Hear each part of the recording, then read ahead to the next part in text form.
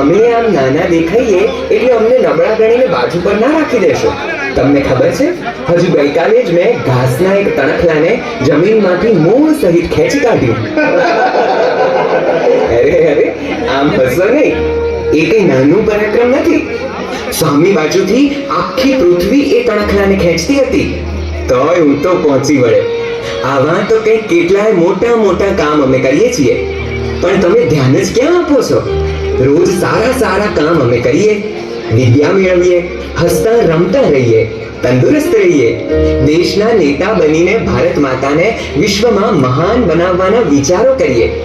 કેવા મોટા મોટા કામ કરીએ છીએ અમે સૌ, ભલે ને અમે દેખાતા હોય સાવ છોટાજી. સાંભળો શાંતિથી, ઓ મોટાજી.